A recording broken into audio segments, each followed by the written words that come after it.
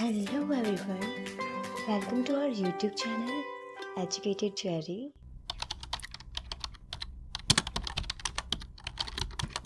गौतम बुद्ध और बौद्ध धर्म। गौतम बुद्ध या सिद्धार्थ महावीर के समकालीन थे।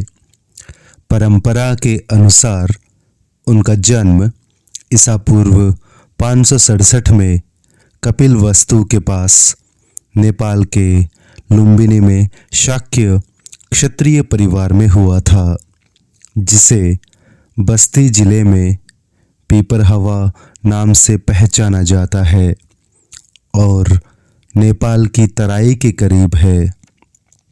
गौतम के पिता कपिलवस्तु के चुने हुए शासक थे। उन्होंने शाक्य गणतांत्रिक कबीले का नेतृत्व किया। उनकी मां कौशल राजवंश की राजकुमारी थी। इस प्रकार महावीर की तरह गौतम भी एक महान परिवार के थे। एक गणतांत्रिक कबीले में जन्म होने के कारण उन्हें समानतावादी विचार विरासत में मिला। बचपन से ही गौतम चिंतनशील स्वभाव के थे। उनका विवाह जल्दी हो गया था, लेकिन विवाहित जीवन में उन्हें दिलचस्पी नहीं थी। वे दुनिया के लोगों की पीड़ा देखकर पीड़ित थे, जिसका वे हल चाहते थे। महावीर की तरह उन्होंने 29 वर्ष की आयु में घर छोड़ दिया। 7 वर्षों तक जगह जगह भटकते रहे और फिर 35 साल की आयु में बोध गया में पीपल के पेड़ के नीचे ज्ञान प्राप्त हुआ।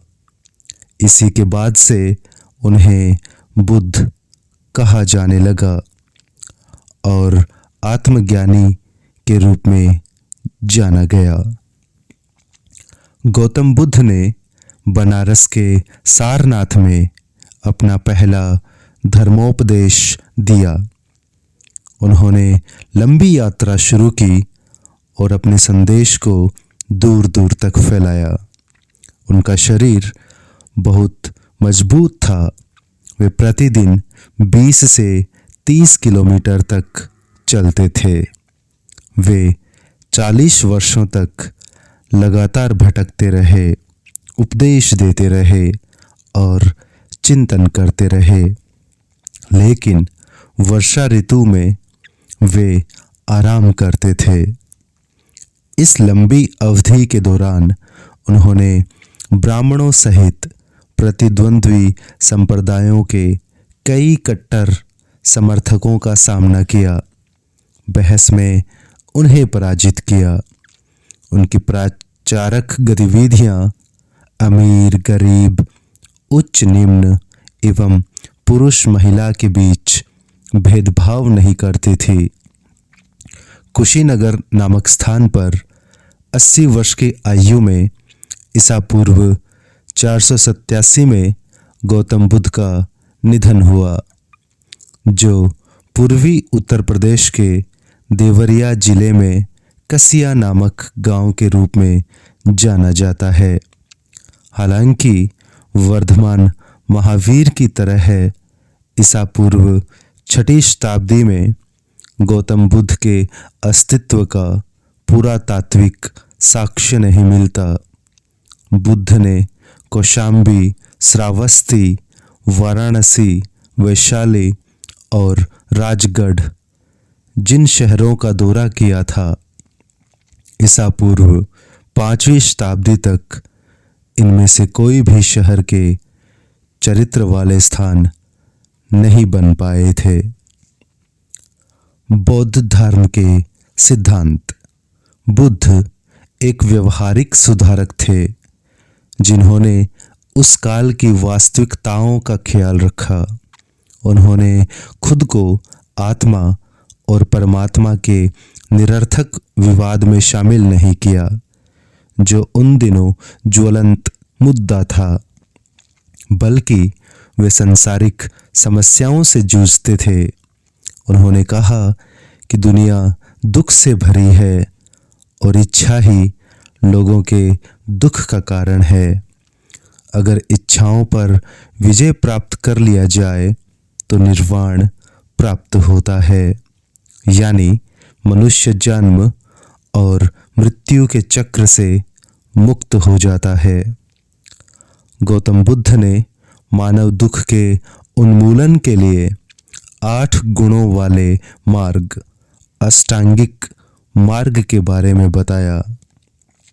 ईसा पूर्व 3री शताब्दी के ग्रंथ में इसका श्रेय उन्हें दिया जाता है। इसमें सही अवलोकन, सही निर्धारण, सही भाषण, सही अमल, सही आजीविका, सही प्रयास, सही जागरूकता और सही चिंता शामिल है। यदि कोई व्यक्ति इस 8 गुणों वाले मार्ग का अनुसरण करता है तो वह स्वयं पुरोहितों के चंगुल से मुक्त हो जाएगा और अपने गंतव्य तक पहुंच जाएगा। गौतम ने बताया कि एक व्यक्ति को विलासिता और सादगी दोनों के अति से बचना चाहिए। उन्होंने मध्य मार्ग अपनाने की सलाह दी।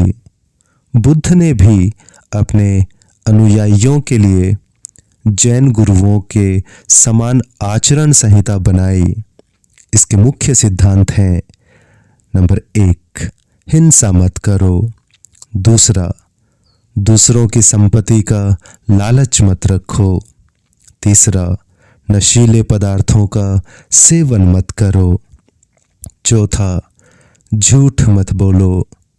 पांचवा, यौन दुराचार और व्यभिचार में शामिल मत हो। वस्तुतः सामाजिक आचरण के लिए सभी धर्मों में ये शिक्षाएं आम हैं।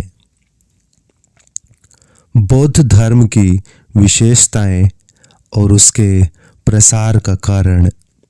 ईश्वर और आत्मा के अस्तित्व को बौद्ध धर्म नहीं मानता। भारतीय धर्मों के इतिहास में इसे एक तरह की क्रांति के रूप में देखा जा सकता है। प्रारंभिक बौद्ध दार्शनिक चर्चा में नहीं उलझते थे, आम लोगों से अपील करते थे। विशेष रूप से निम्न स्तरीय लोगों का समर्थन हासिल था, क्योंकि यह वर्ण व्यवस्था पर हमला करता था। बगैर किसी जातिगत भेदभाव के बौद्ध संघ में लोगों को स्वीकृति थी। संघ में महिलाओं को भी पुरुषों के बराबर दर्जे से शामिल किया जाता था। ब्राह्मणवाद की तुलना में बौद्ध धर्म उदार और लोकतांत्रिक था। गैर वैदिक क्षेत्र के लोगों को बौद्ध धर्म ने विशेष रूप से आकर्षित किया। यहाँ इसके प्रसार हेतु उर्वर वातावरण था।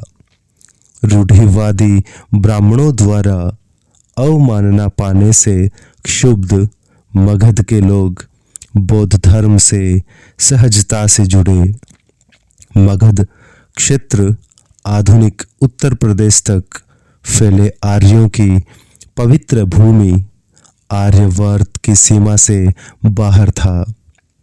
पुरानी परंपरा आज भी बरकरार है।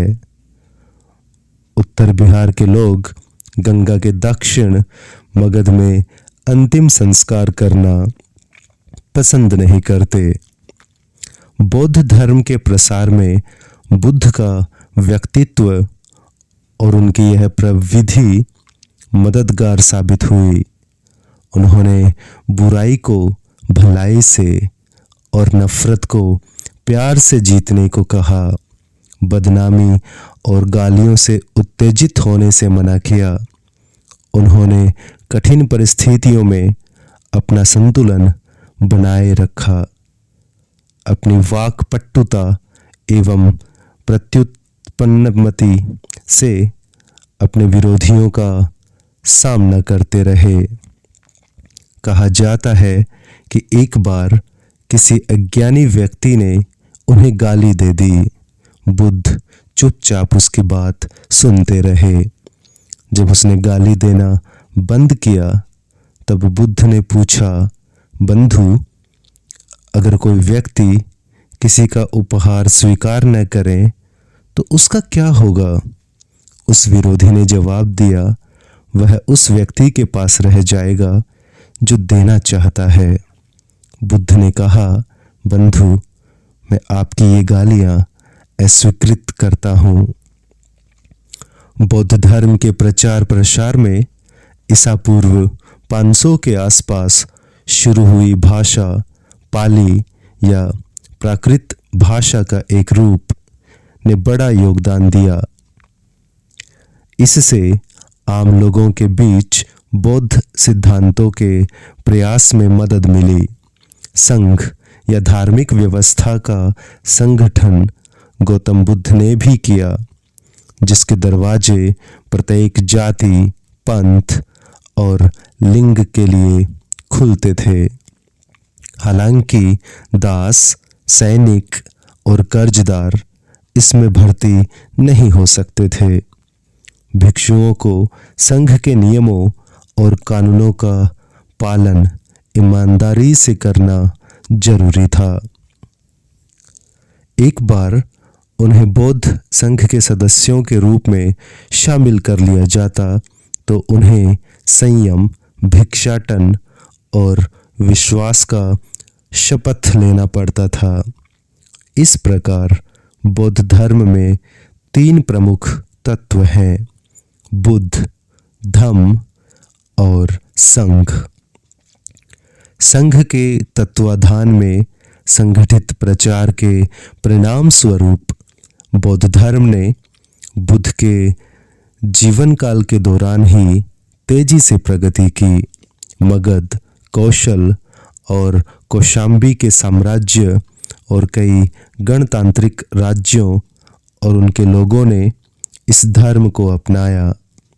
बुद्ध की मृत्यु के 200 साल बाद प्रसिद्ध मौर्य राजा अशोक ने बौद्ध धर्म अपनाया। यह एक युगांतरकारी घटना थी। अपने प्रचारकों के माध्यम से अशोक ने बौद्ध धर्म को मध्य एशिया, पश्चिम एशिया और श्रीलंका में प्रसारित किया और इस प्रकार इसे एक विश्व धर्म में बदल दिया। आज भी श्रीलंका, बर्मा या म्यांमार, तिब्बत, चीन और जापान के कुछ हिस्सों में बौद्ध धर्म है। यद्यपि बौद्ध धर्म अपने जन्मभूमि से ही गायब हो गया, यह दक्षिण एशिया, दक्षिण पूर्व एशिया और पूर्वी एशिया के देशों में आज भी बना हुआ है। बौद्ध धर्म के पतन का कारण। 12वीं शताब्दी तक बौद्ध धर्म भारत से लगभग विलुप्त हो गया। 11वीं शताब्दी तक यह बंगाल और बिहार में परिवर्तित रूप में था, लेकिन उसके बाद बौद्ध धर्म लगभग पूरी तरह से भारत से गायब हुआ। यह कैसे हुआ? हम पाते हैं कि शुरुआत में प्रत्येक धर्म सुधार की भावना से प्रेरित होता है, लेकिन अंततः यह उसी रीति रिवाजों और समारोहों का हिस्सा हो जाता है जिससे यह जूझ रहा होता है।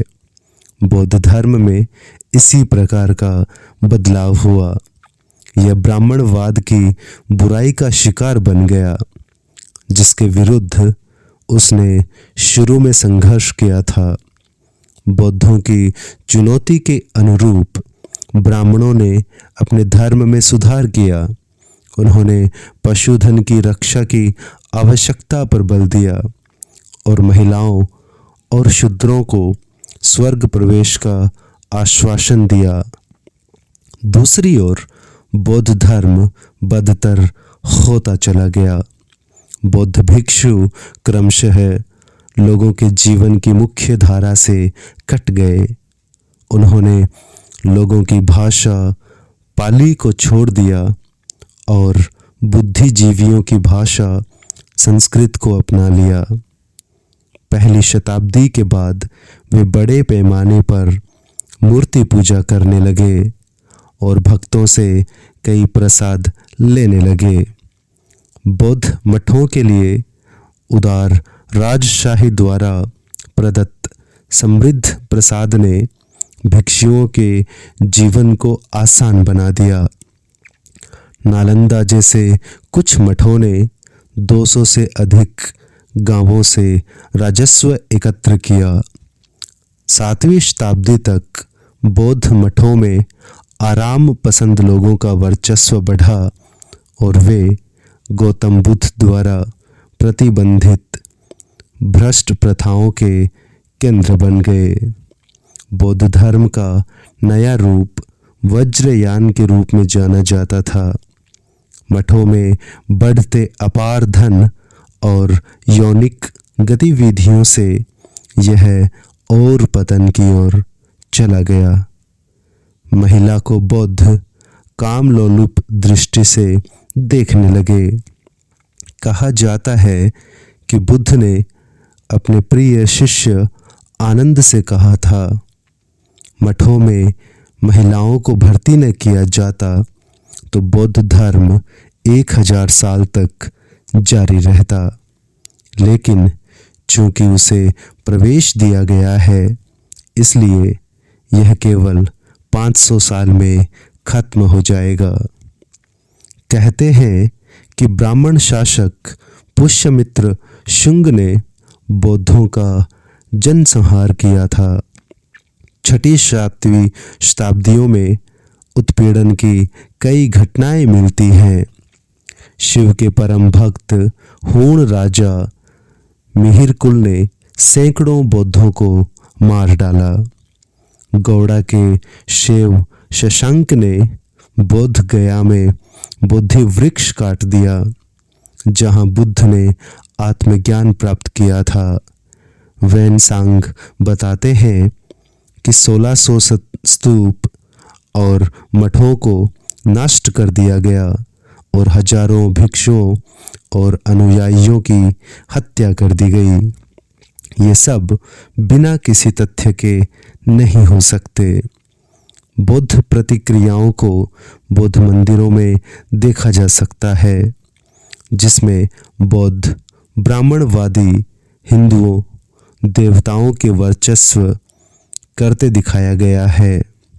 दक्षिण भारत में शैव और वैष्णव ने शुरुआती मध्ययुगीन काल में जैनों और बौद्धों का कड़ा विरोध किया। इन संघर्षों से बौद्ध धर्म कमजोर हुआ होगा।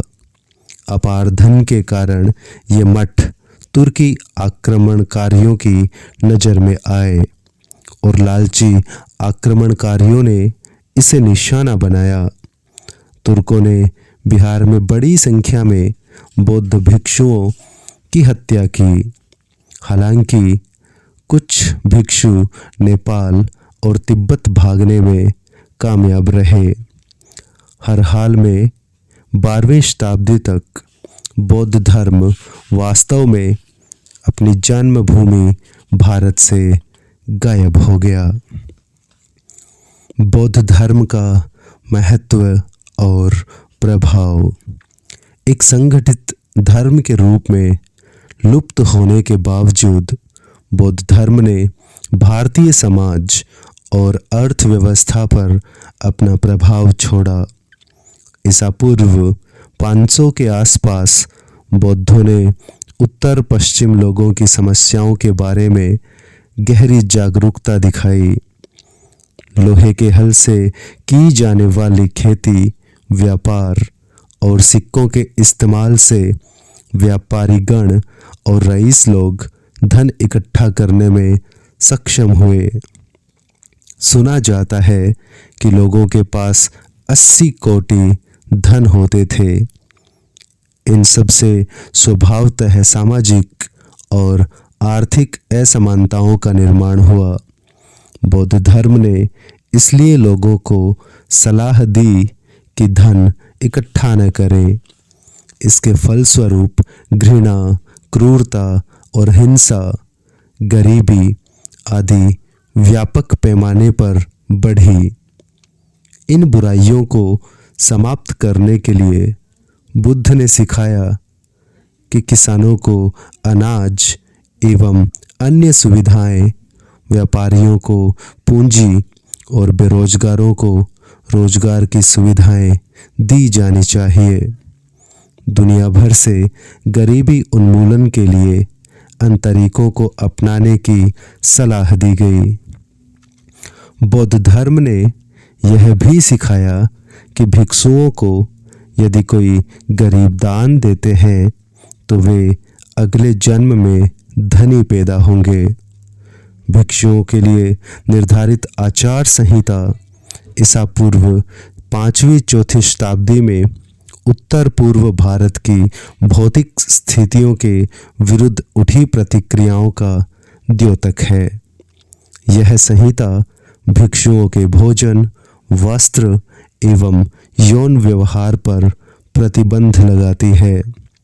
वे सोने, चांदी स्वीकार नहीं कर सकते थे, क्रय विक्रय का सहारा नहीं ले सकते थे। बुद्ध की मृत्यु के बाद इन नियमों को ढीला छोड़ दिया गया, लेकिन प्रारंभिक नियम एक तरह के आदिम साम्यवाद व्यापार और उन्नत कृषि से परहेज रखने वाले कबीलाई समाज की विशेषता की वापसी का संकेत देते हैं। भिक्षुओं के लिए निर्धारित आचार संहिता आंशिक रूप से धन, निजी संपत्ति और विलासी जीवन के उपयोग के विरुद्ध विद्रोह का द्योतक है।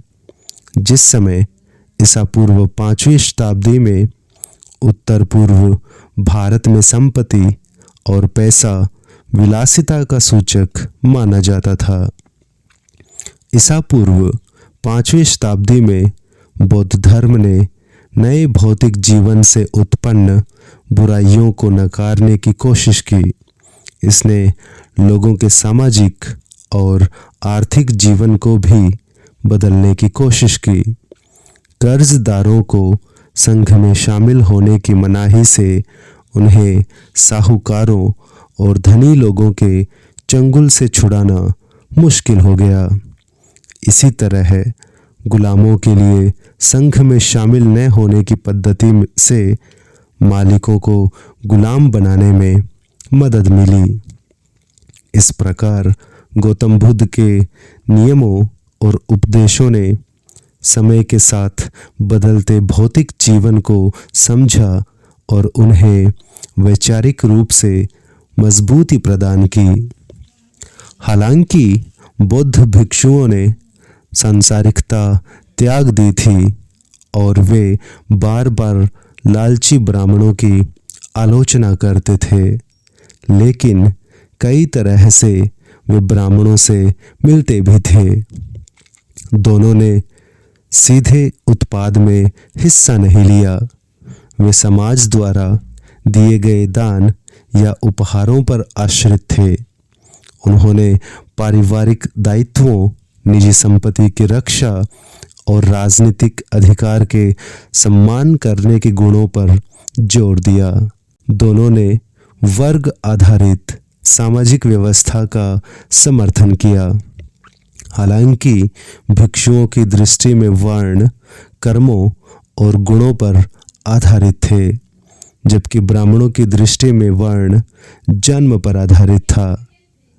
निसंदेह बौद्ध शिक्षण का उद्देश्य व्यक्ति के मोक्ष या निर्माण को सुरक्षित करना था।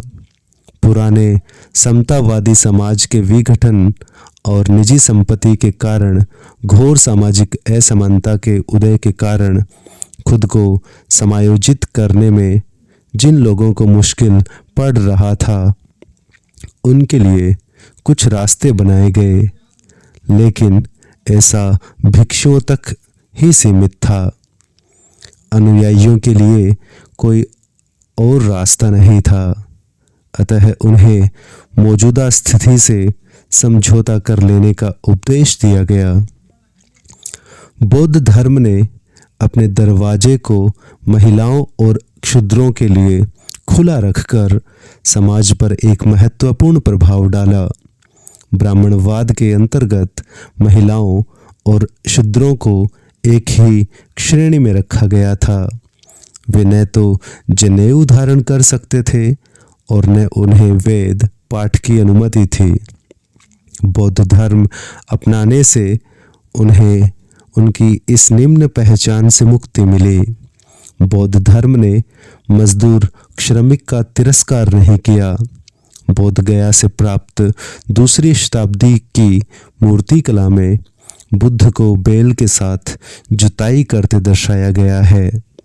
अहिंसा और पशु जीवन की पवित्रता पर जोर देने के साथ बौद्ध धर्म ने देश के पशुधन को बढ़ाया। प्राचीनतम बौद्ध ग्रंथ सुत्त निपात में मवेशी को भोजन, सौंदर्य, शक्ति और खुशी या आनंदा, वनंदा, बलदा, सुखदा का दाता बताया गया है और इसलिए उनकी सुरक्षा का आग्रह किया गया है।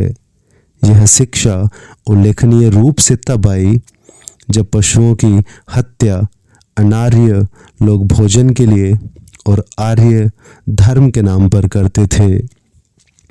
गाय की पवित्रता और अहिंसा पर ब्राह्मणवादी आग्रह जाहिर तौर पर बौद्ध शिक्षा से ली गई थी। बौद्ध धर्म ने ज्ञान और संस्कृति के क्षेत्र में एक नई जागरूकता पैदा की और उसका विकास किया। लोगों को सिखाया कि किसी भी बात को सहजता से स्वीकार मत करो, उसके गुणों पर बहस करो, उसका मूल्यांकन करो। तर्कशीलता ने कुछ हद तक लोगों के बीच कार्य कारण को बढ़ावा देते हुए अंधविश्वास को समाप्त कर दिया। नए धर्म के सिद्धांतों का प्रचार करने के लिए बौद्धों ने एक नए प्रकार के साहित्य को संकलित किया। अपने लेखन द्वारा पाली को भी समृद्ध किया। प्रारंभिक पाली साहित्य को 3 श्रेणियों में विभाजित किया जा सकता है। सबसे पहले बुद्ध की बातें और शिक्षा शामिल है। दूसरा संघ के सदस्यों द्वारा माने जाने वाले नियमों से संबंधित है और तीसरा धम्म के दार्शनिक प्रदर्शन को प्रस्तुत करता है। ईसाई युग की पहली 3 शताब्दियों में पाली और संस्कृत के मिश्रण से बौद्ध ने एक नई भाषा बनाई जिसे संकर संस्कृत या हाइब्रिड संस्कृत कहा जाता है। बौद्ध भिक्षुओं की साहित्यिक गतिविधियां मध्य युग में भी जारी रही और पूर्व भारत में उनके द्वारा कुछ प्रसिद्ध अपभ्रंश लेखन किए गए। बौद्ध मठ शिक्षा के महान केंद्र के रूप में विकसित हुए। उन्होंने आवासीय विश्वविद्यालय कहा जा सकता है। बिहार में नालंदा और विक्रमशिला और गुजरात में वल्लभी का उल्लेख किया जा सकता है। बौद्ध धर्म ने प्राचीन भारत की कला पर अपना निशान छोड़ा। भारत में पूजा की जाने वाली पहली मानव मूर्तियां संभवतः बुद्ध की थीं। बुद्ध धर्म के अनुयायियों और भक्तों ने पत्थर में बुद्ध के जीवन के विभिन्न घटनाओं का चित्रित किया।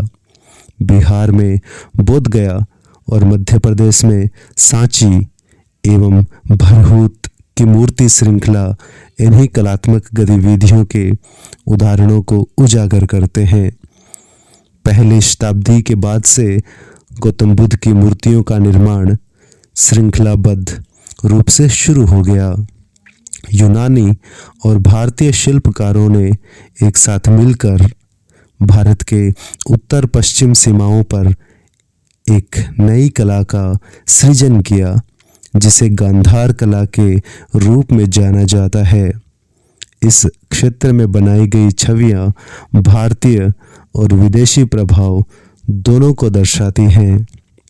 भिक्षुओं के निवास के लिए चट्टानों से कमरे बनाए गए थे और इस प्रकार गया से सटी हुई पहाड़ियों और पश्चिमी भारत में भी नासिक के आसपास गुफा वास्तुकला की शुरुआत हुई।